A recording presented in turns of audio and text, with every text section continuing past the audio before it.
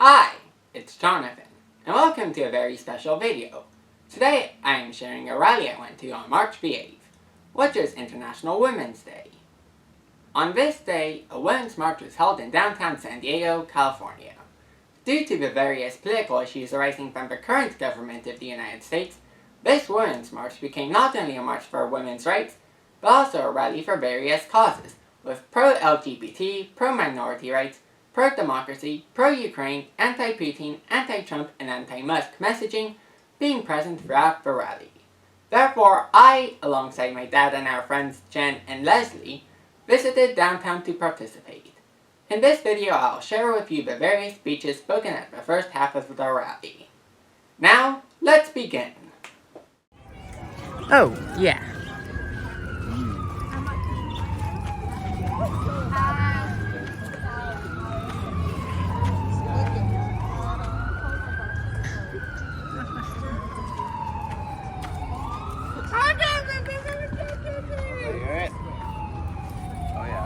Hello!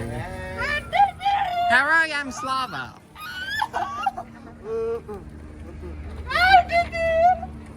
Are you here for the event? You guys are Ukraine supporters? What's that? Are you guys Ukraine supporters? Ukraine. Are these your signs? Ukraine supporters. You know, we're here for the Women's March. Yeah. Yes, we're here for the Women's March too. Of course. Hello. Oh, you like my shirt? Oh, yeah. I like your shirt too. Wow. Size? Oh, fuck something. Take a car. Hello. Hi, I'm Justin. Nice to meet you. And Justin. I know, there's people here. There's lots of people. Do you want my cards? They're for my YouTube channel. Oh. Okay, I'll take one. Yes. Usually goes to the Ukraine. Yeah. Oh my gosh. Balboa Park. If I could just. Remember which was which. Yes, yes, please. I have one hand. Drop that card. He has one hand. No, don't do that. Oh, there's a lot in there. There you go. Thank you. Thank And you. you thank can pass them to your friends. All right, thank you.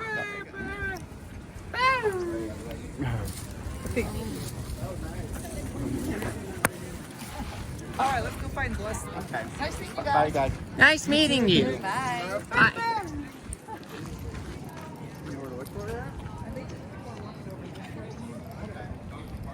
Oh my gosh, you're so fun. Then Christmas? Like I do some sign, but I don't make a lot of sign. Oh yeah, here we go. Oh, whoa. Ah, see, I should have made my sign. Oh, it's fine. We have plenty more. Handmaids. Robot later though.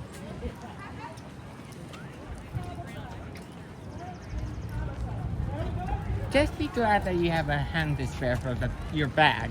Yes.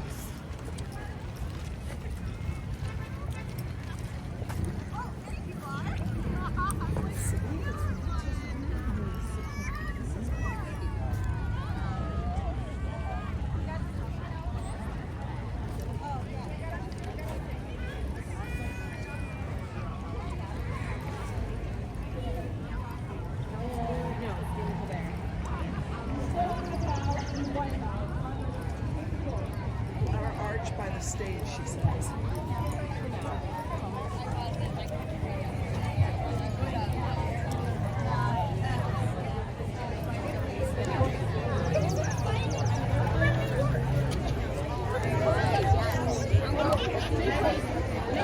I saw that same TikTok and everybody knew.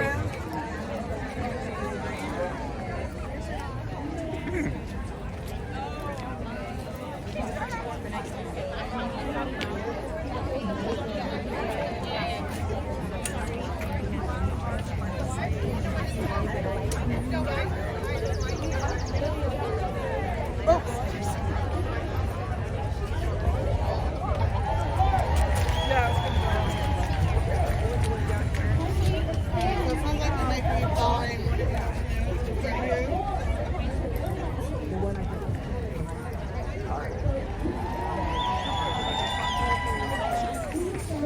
Now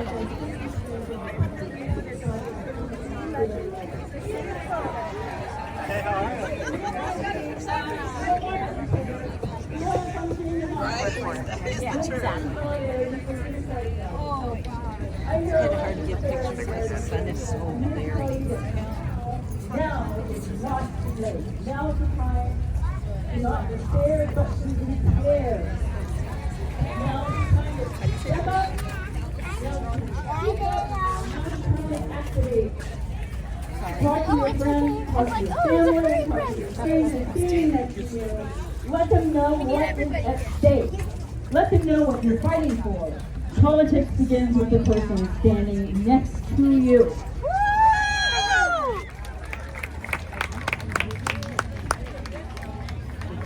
So, I ask you to put aside your despair, and we've got work to do. Yeah! We have to act. We have to activate and find a way to bring our nation and our fellow Americans, all of us, back home. As Abraham Lincoln say, the best way to predict the future is to create the future. Thank you for listening and for being here. Thank you so much, Tabitha. Don't go away. 1 second, 1 second. Yes, I love that quote from Abraham Lincoln. Say it again. So the best way to predict the future is to create the future. Can we all say that together? Don't leave yet. Can we all say that together? The best way to predict the future is to create the future. Who is up for that? We are! Now, I want to share something about Tabitha. She put this whole thing together. Of course, she had help. She solicited help, but she was the mastermind behind it. To tap into the national movement to organize this. And guess what? This is her first time ever doing anything in organizing. She's not an organizer. I don't even know if you've ever been to a protest before. Have you been to a protest before? She's been to 2 protests in her life. But she understands the urgency of the moment. And she took it up on herself to organize this. Right? Many of us who've been organizing for a while are just tired. So we need a lot more people to step up and take this long fight. It's gonna be a long fight. It took people 50 years to dismantle Roe v. Wade, and they did it. We have to take however many decades it takes to fight for our rights. So let's give it up for Tabitha, and that should be an inspiration. And that should be an inspiration that none of us is too small to make a difference. None of us is too inexperienced to step up and lessen the burden on some of us. Good? Okay, before we continue, I want to acknowledge that we're standing on stolen land, on the indigenous people, the Kumaya people. My horse riding teacher, she's a Native American, and she, in her language, she told me, they say ahoy to mean they're in agreement with something. So if we say something here and I ask you ahoy and you agree with it, you respond back, ahoy. Ahoy! Right? So I'll either be using ahoy or ashe. Ashe is in Yoruba, which also means the same thing, that let it be so, and so it is, and so it is done. So those are gonna be our agreement chants we'll use throughout today. Everybody say ahoy. Ahoy! Ashe. Ashe! Perfect, thank you. All right, we're gonna call up our next speaker, Miss Cheryl Martin. Give it up for Cheryl Martin. Good afternoon. My name is Cheryl Martin Eve, and my background is I started out as a world history and American history teacher out of college, and then I became a clinical and school psychologist. And I would like you to know why we are at this site today for the protest. Because when Tabitha contacted me, I suggested this building. This county administration building was built by the WPA during the Great Depression, during FDR's time. The motto over the door says, the noblest motive is, the greatest motive is the public good. Please take a look at that. And when this building was made, people were out of work, bread lines were long, And so there were a lot of both skilled and unskilled workers that build county administration buildings. They built roads, they built memorial halls. A lot of them were put to work, including artists. And you can see a mural painted by WPA artists during this era at the Casa de Balboa in Balboa Park. The CCC, Civilian Conservation Corps, was also established. It employed young men who couldn't find work. They planted over 2 billion trees. They built 125,000 miles of roads and trails in our state and national parks that we still enjoy. They spent 6 million work days fighting forest fires. They were pioneers in conserving and restoring forests and agricultural lands. And as history would unfold, they were in great shape to fight the Nazis and help win World War II. They were part of our greatest generation. We are now 180 degrees out from that greatest generation, in which the noblest motive is the public good. Instead, we're in a second Gilded Age with billionaire oligarchs in charge, and the rest of us are on our own. Some can't afford rent. Some can't save enough for a down payment on a house. Some can't buy groceries for a week. Some are homeless. Some are wondering if their positions doing cancer research will continue, or if Musk's chainsaw will get them too.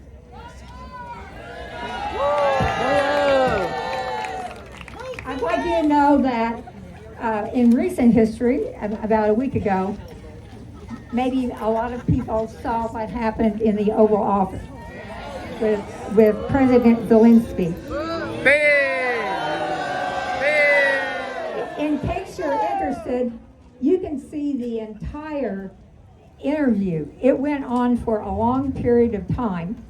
You can just go on the internet, that's what I did. And this is one thing that Zelensky said.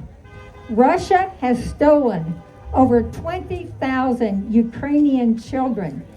They changed their names and their families. They are in Russia, and we want to bring them back to their families. He said that Putin thinks that Ukraine is not a nation, that they don't have their own language, which they do. He said Putin has used ballistic missiles on our hospitals, our schools. He has broken signed agreements 25 times since 2014. So Zelensky said, we will never have just a ceasefire, we must have security. Then all of us observed Trump's bullying and narcissism. And I would like you to know that Trump does not have a big ego. He has a very fragile, weak ego, and he needs to be pumped up all the time. He cannot take one bit of criticism. And this is a quote from Trump during that interview. He said, Putin went through a phony witch hunt. He had to put up with that. He didn't break the law. He might have broken deals with Obama, Bush, maybe Biden, but Putin didn't break them with me. It's not difficult to see that Trump identifies with Putin. Putin is the victim.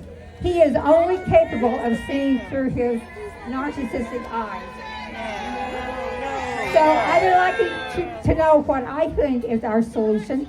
We got into this mess, and by the way, over 50% of us did not vote for Trump. But we split our votes. There is no mandate. But in our country, third parties have never won an election. So what I think we need to do is to elect Democrats to Congress.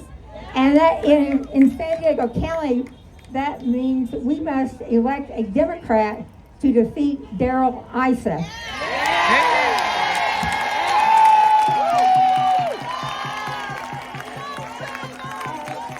We must insist that Congress extend 80 years of peace in the world. the longest period since World War II since 1945, by continuing to honor our alliances with other democracies around the world, and not let Trump be Putin's puppet.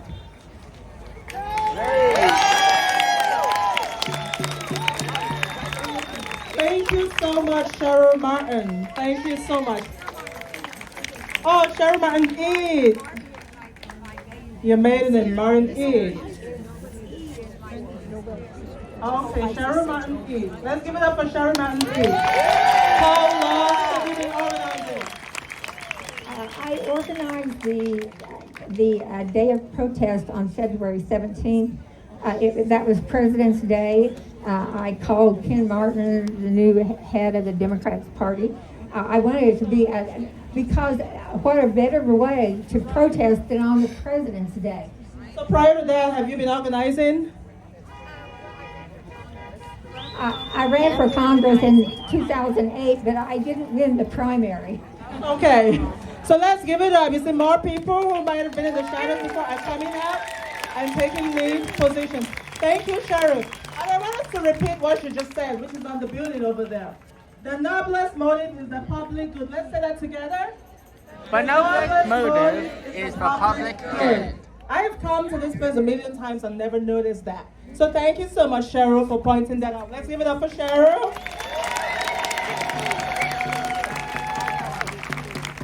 All right, are you ready for the next speaker? Yeah! Before we bring the next speaker up, I want you to think about the favorite sign you have seen so far, because I'm going to call you up to tell us what that favorite sign says.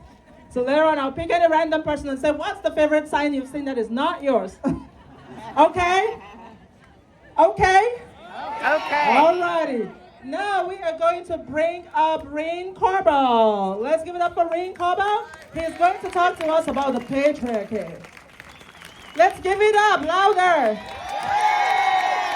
Oh my goodness, I see a Bernie shirt back there. Let's give it up for Bernie. Woo! I want that Bernie shirt in the front. Thank you, Seche. I want to thank our previous speaker when she mentioned turn to your partner, turn to the people.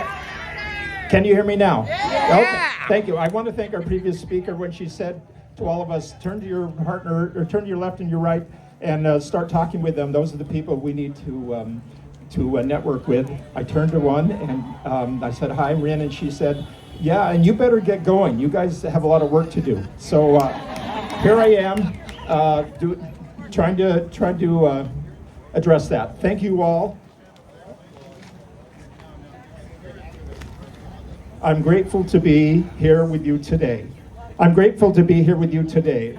My name is Rin Corbet, pronouns he, him. I live in Lakeside. I'm a former U.S. Forest Service smoke jumper, retired software engineer, and library worker. I have two wonderful grown sons, and I'm married to a wonderful woman, Erica, my partner, and we have a great retriever, Jagger, who's recovering now with 3 broken legs from surgery. I only have one, so it's broken. So we have that in common. I appreciate each and every day the contributions that women have made in every era and during every struggle.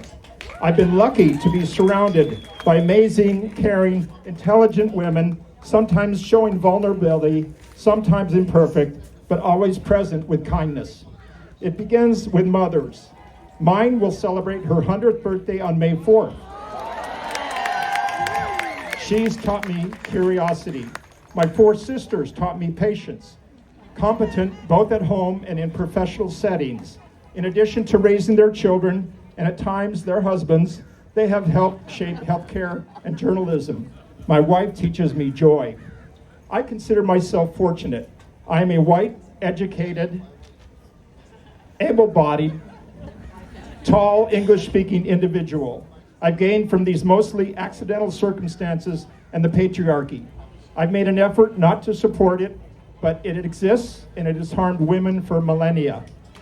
All men are created equal, wrote a conflicted Thomas Jefferson, and he didn't uphold those words. He ridiculed the idea of women having the right to vote or own property, while he owned both male and female slaves. The Equal Rights Amendment, initially proposed in 1923, has never been fully ratified. 15 states still hold the belief that women are not equal to men and cannot be trusted in roles of authority. Thus, instead of seeing former Vice President Harris or Secretary Clinton take the Oval Office with dignity, we have petulant boys running amok. It's time for this shameful episode in our national history to end. It's time for those within the patriarchy to hear those who have been telling us all along, get a clue.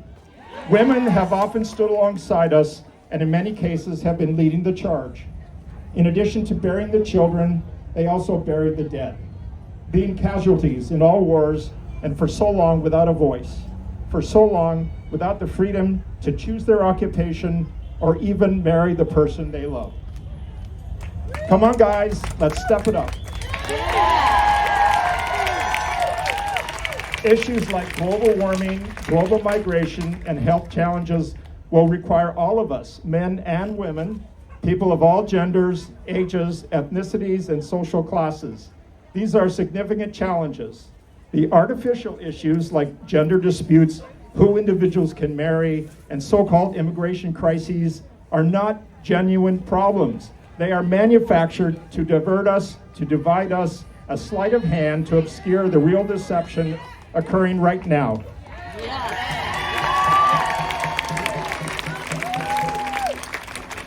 Where wealthy boys remove women and men of integrity, cripple our justice system, and contaminate our Congress, erasing the balance of power and the chance for all individuals to learn and grow. This affliction, born from a fear of the other, and a fear of women, must come to an end now. We must dismantle this patriarchy, the structural disrespect of people wrongly considered inferior. There is nothing ironic or contradictory about men advocating for the conclusion of inequality. This is what a free people do. But one thing that women cannot accomplish on their own, the end of patriarchy. That can only be achieved by men and women together. So let's do that.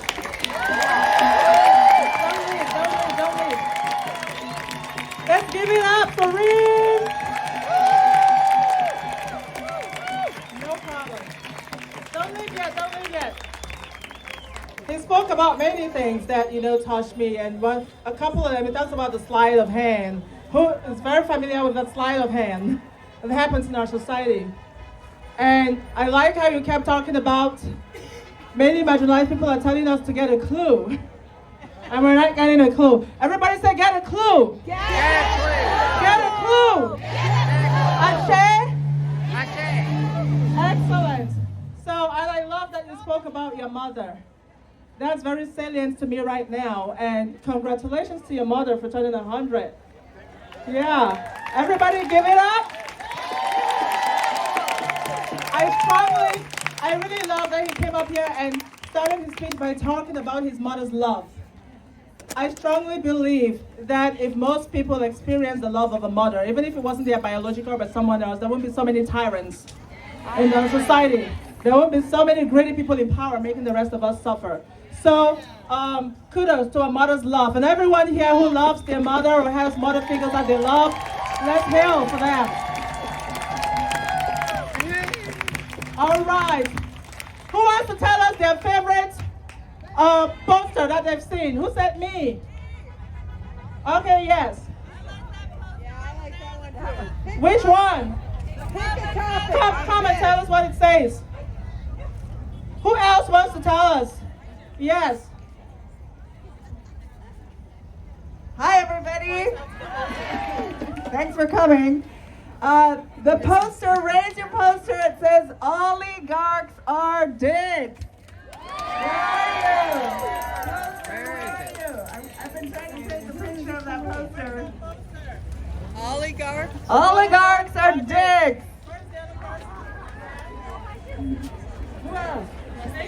much. What's your name? Well, the character name that I portray is Twat Gal. Thank you, Twat Gal. Tell us your name and tell us what the poster you love says.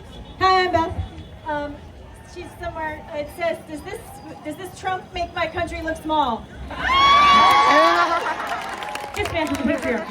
Thank you. What's your name? My name is Beth Kimball. Beth. Thank you, Beth. All right. Hello, everyone out there. What do we want? Justice. And my name is Sunshine. I'm also an activist. I'm here to protect all of us. But my favorite sign are the ones from the little girls that we all stand next to. Yes. We cannot see them because they're hidden behind all of us tall people. Right, so I support all the young ladies out here. And I love their signs. And it's so hard to pick just one side because they're all so great. So thank you so much. Thank you so much, Bert. And all those signs who've been called, you got to come up later on. I'll call you all up. Okay. I'm Bridget Weiss, and the sign I like says, "Pick a topic." I'm pissed. Yeah.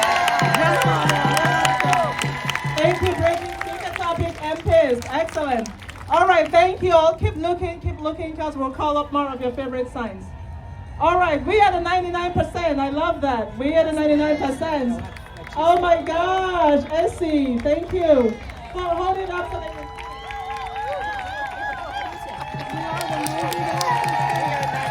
No sign is too small, right?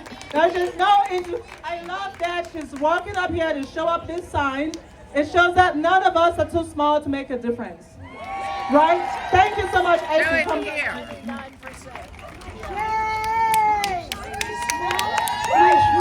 My sign is small, but I'm a raging granny from San Jose, and my heart is big.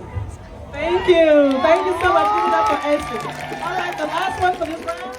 My name is Margie, and you were talking about the sign on the building. Yes. And I just want to let you know, on the front of the building, it says, "Good government demands the intelligent interest of every citizen." Oh my gosh, we need to say that together. Let's say it together.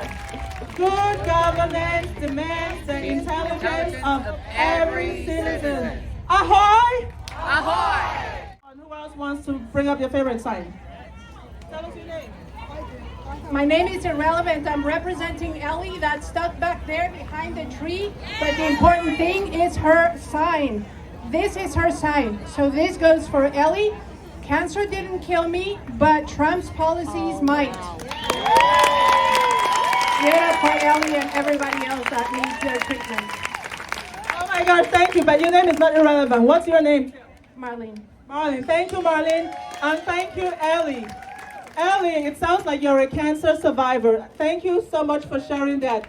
In fact, we're going to be talking about cancer later today. So thank you so much for bringing that. Thank you so much. All right, here's another one. Hi, my name is Marcia, and the sign I like best says, I am not overreacting. And it has a picture of a uterus and some ovaries. Very clever. What is that sign? What is that sign? I am not overreacting. That is so brilliant. All these signs that have been pointed out today, later on we're going to take a big group picture, okay? So stay close. I am not overreacting. I love that. What's your name? What's your name?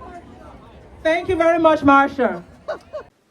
When I saw that the Ukrainian flag fell down, I naturally picked it up and placed it back. I then returned to my place for our next speeches. I tell them what is going down. I do. Because it's going to get worse. I know, I wear my shirt. It's a hard rain that's going to fall. Well put.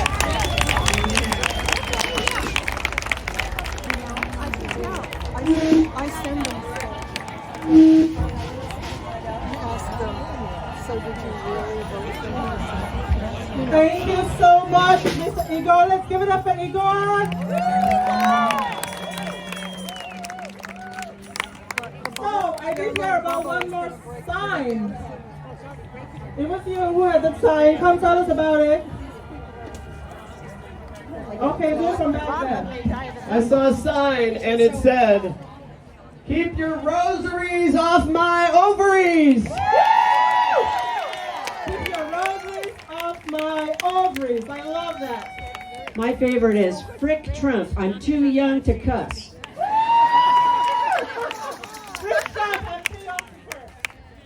All right. So now we're going to have my own speech. Are you ready for my speech? Yeah. Are you sure about that? Yeah. All right, here we go. You might regret your answer. Oh, I'm getting all tangled up here now. There we go. Okay. All right. So good morning, everyone. Some of what I have to start with a warning. Some of what I say today might make you uncomfortable, and that's okay. Because no movement, no revolution, no fight for justice has ever been won from a place of comfort. If my words make you uncomfortable, I ask you, lean into that discomfort. Let yourself feel it. Sit with it. Ask yourself why it makes you uncomfortable. Because discomfort is not a signal to run away. It is a signal to grow. And growth is exactly what we need urgently. When I was asked to do both a speech and be the mistress of ceremony for today's march, I almost said no. Because you see, today marks the 1-year anniversary of my mother's painful passing. And if you had asked me months or even weeks ago what I would be doing today, I would have told you I would be at home, curled up in bed, and remembering her, grieving. But then I thought, what better way to honor her than to stand here continuing the fight? Because my mother, General Mrs. Kwamu Nana Abuna Marie Etengeneng, was a fighter. She dedicated her life to human rights, to women's rights, to prisoners' rights, to the liberation of all marginalized peoples. She passed away on this very day, International Women's Day, last year, as if the universe itself was saluting her legacy and closing the chapter and saying, her work is done. Now it's your turn. So I am here. As heavy as my heart is today, I'm very honored to be here with all of you.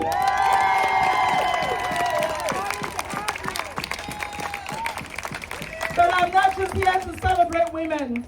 I'm here to challenge us, to tell the truth, to help us push forward. Today I want to talk about a disease I've come to understand intimately. A disease called cancer. My mother battled gallbladder cancer. And one of the things I learned from her fight is how cancer operates. You see, at first, my mother's treatment seemed to be working. The cancer cells were dying. It looked like we were winning. But then the doctors told us something chilling. That is not necessarily a sign of winning. Because sometimes, when cancer is dying, it sends out distress signals to the remaining cells, telling them to mutate, to fight harder, to grow more aggressive. Sometimes it is not the cancer itself that kills, it is the backlash. And that is exactly what we are seeing today in America. For a moment, it looked like we were on the road to winning, at least very modestly. In 2020, we saw an uprising, a reckoning. The streets were flooded with people demanding justice, demanding that we finally reckon with the deep injustices of our society. And for a moment, it looked like the treatment was working and we were on the way to progress. But just like cancer, the system fought back really hard and continues to fight.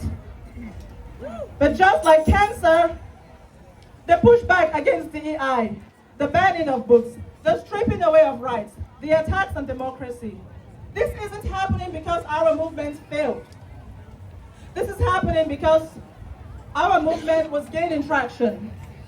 And those in power saw it as an existential threat. My mom was my favorite person in the world. And then there's my second best favorite person in the world. Diagnosed with leukemia just a few months after my mom passed. This time, the doctors told us something different. This type of cancer can be managed. If you catch it early enough, you can suppress it. You can live with it. But if you stop the treatment, you stop taking the suppressants, the cancer will just return. And it will come back fiercer, more aggressive, and more devastating than before. And at that point, if it wasn't already too late, the only real hope for survival would be a bone marrow transplant, a complete replacement of the mutated blood-forming cells with healthy ones, thereby changing the person's DNA. Because that is the only true cure in the first place. America has not had a bone marrow transplant. America was built on a foundation that was diseased from the very start. Its DNA was designed to benefit a privileged few at the expense of the rest. It professed liberty and justice for all while enslaving and brutalizing millions. It put forward a constitution that claimed all men were created equal, except it did not consider black people, indigenous people, or women fully human. It's okay to clap. Every bit of progress we have made, civil rights, labor rights, women's rights, has not been a fundamental restructuring of that DNA. These changes have been like suppressants. They have managed the disease, but they have not cured it. And now those suppressants are being removed without America having undergone a bone marrow transplant. What do we think is going to happen? So I ask you, are we fighting just to get back our suppressants? Or are we fighting for a full bone marrow transplant? A complete restructuring of the systems that have kept us that has kept oppression alive. You see, cancer is foolish. In its quest to dominate the body, it does not realize that its own survival depends on the body's survival. In trying to take over every organ, every cell, every resource, it ultimately destroys the very system it needs to live. And the enablers of oppression in America, the Trump loyalists, the corporations stripping our rights, seem to be just as foolish. They thought they could unleash this cancer and control it. They thought they could direct its destruction towards black people, immigrants, women, LGBTQ folks, and the poor. But that cancer is spreading. It's unfortunate that some people do not care about their impact on others unless they are impacted. And we, the people, will not sit by and watch it destroy us all. Lyndon Johnson said it best. If you can convince the lowest white man he's better than the best colored man, he won't notice you are picking his pocket. And that is the game. That has always been the game. You see, DEI wasn't even radical. It wasn't even that transformative. But the backlash was swift because it finally began to talk about race. Because the greatest threat to oligarchy isn't just progress, it's intersectional progress. It's an approach to fighting oppression that centers race and class. That is what they fear the most. And that is where I must turn my attention to this movement, the women's movement itself in America. Some of you are here because you don't support Trump. You don't support fascism. You don't support the dismantling of rights. Your microphone. Microphone. What happened to the mic? Oh. Okay, let's go.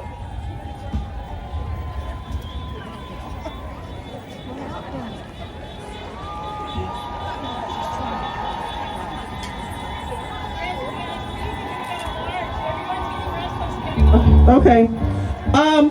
All right. So I'll be quick. The question is, are we truly fighting for the liberation of all women, or just for the right to participate in a system that was never designed to serve the rest of us? Because let's be honest, feminism in this country has long been described by Black and indigenous women as white supremacy on heels. How does that make you feel hearing that? Because the truth is, just because you didn't vote for Trump does not mean you're safe for Black and brown women. Just because you stand for feminism and women's rights does not mean you're standing for all women.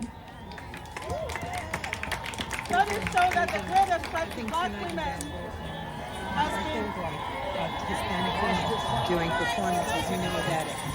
So, It's at the are we fighting for a women's movement where white women gain equal power to white men, leaving the rest of us behind? No. Or are we fighting for liberation? Yes. Are we fighting for access to the same oppressive systems that have brutalized Black and brown people? Or are we fighting for a more just society? A more just society. Are we fighting to return to an America that may have more women's rights, but where Black and Latina women still earn only 82 and 72 cents for every dollar a white woman earns? Are we fighting to return to an America where women may have rights, but Black and brown women still live in daily anxiety of fear whether their sons, husbands, brothers, or themselves are going to come home alive because of state violence? No. What kind of America are we fighting for? That is the question I want to leave you with. For a free and just America for all. If you walk away from this event and do nothing, then this march was meaningless. If all we do is feel good about showing up, but fail to take action, then we are complacent in our own oppression. So what will we do tomorrow?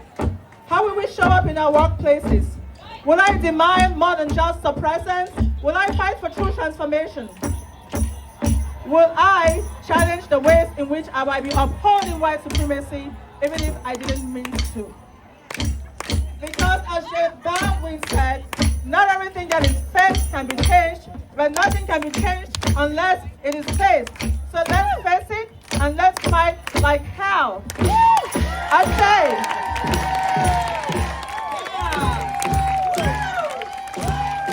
All right, so we're going to have Francis tell us what to do.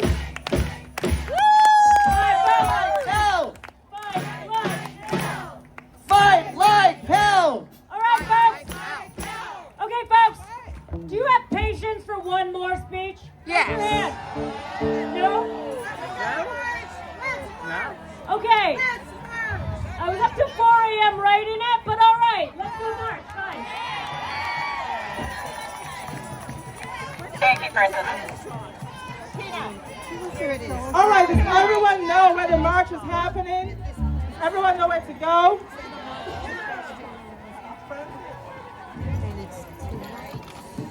I'm needing more of this.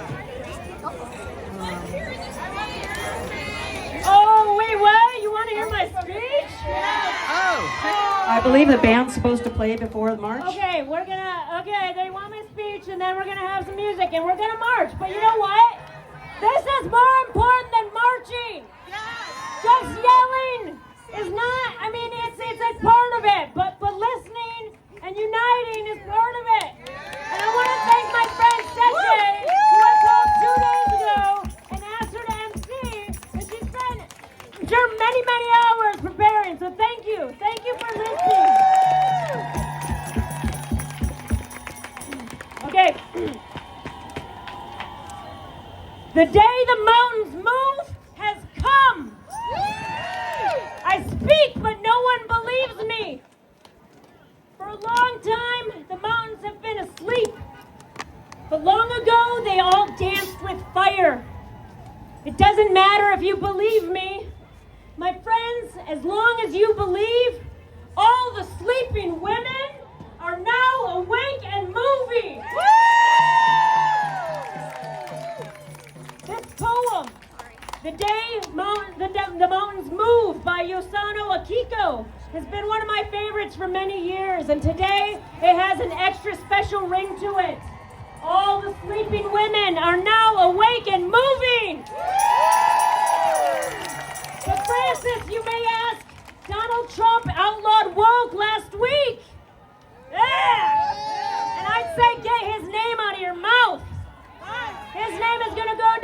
history like HILTER. And you know what?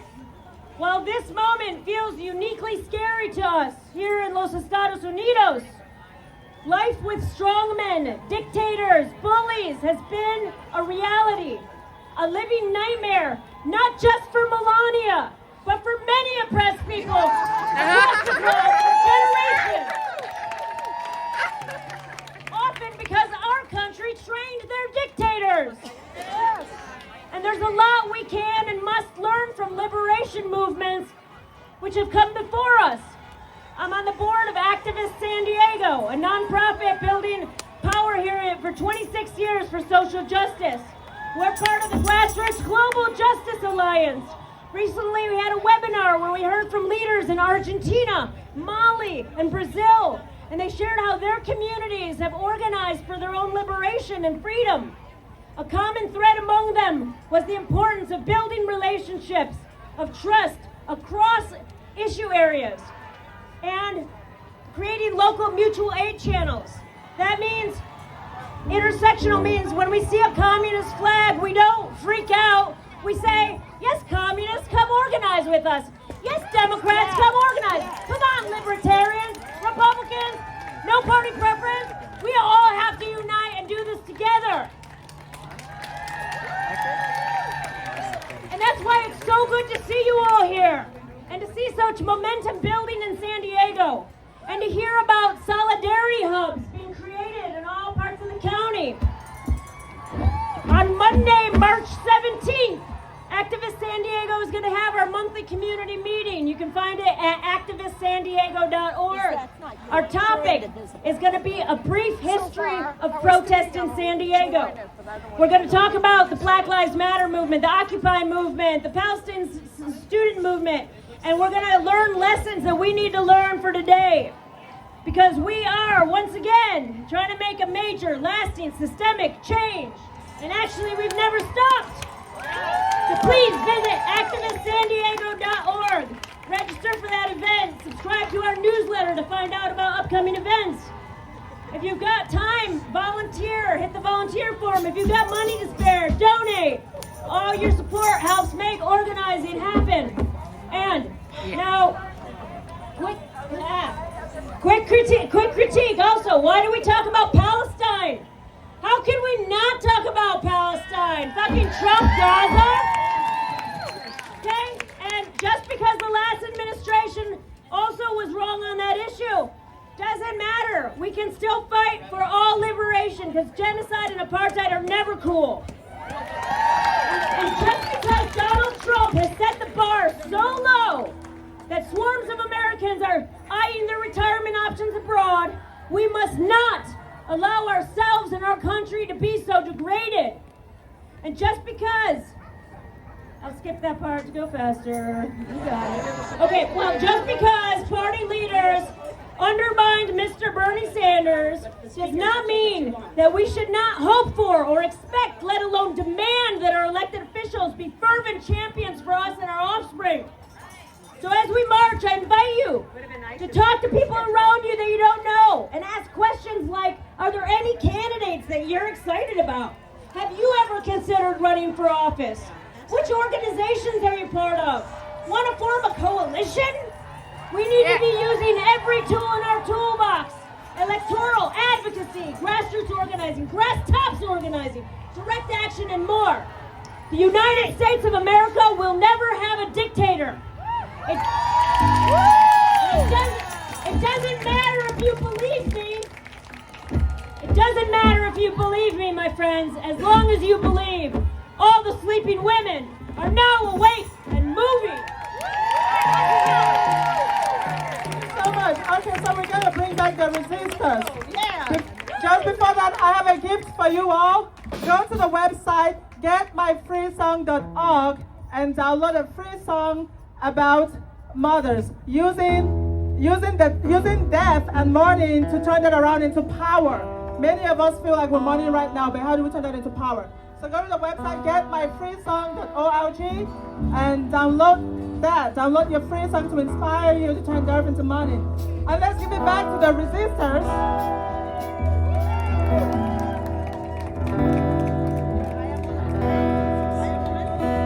Thank you all for being here. I am strong. I am invincible. I am woman. I am woman. Do-do-do, do-do-do, do-do-do, do-do-do, do-do-do, do-do-do, do-do-do, do-do-do. I am woman, hear me roar. Numbers too big to ignore. And I know too much to go back and pretend. 'Cause I've heard it all before. I've been down there on the floor. No one's ever gonna keep me down again. Oh yes, I am wise, but it's wisdom born of pain. Yes, I pay the price. Look how much I've gained. If I have to, I can do anything. I am strong. I am invincible. I am woman. I am woman. I am strong. I am invincible. I am woman. I am woman. You can bend, but you'll never break me. In the end, it serves to make me more determined to achieve my final goal. Final goal! And I'll come right back, even stronger. Not a little girl any longer. 'Cause you deepen the conviction in my soul. In my soul! Yes, I am wise, but it's wisdom born of pain. Yes, I pay the price. Look how much I've gained. If I have to, I can do anything. I am strong. I am invincible. I am woman. I am woman. I am strong. I am invincible. I am woman. I am woman. I am strong. I am invincible. I am woman. I am woman. I am strong. I am invincible. I am woman. I am woman.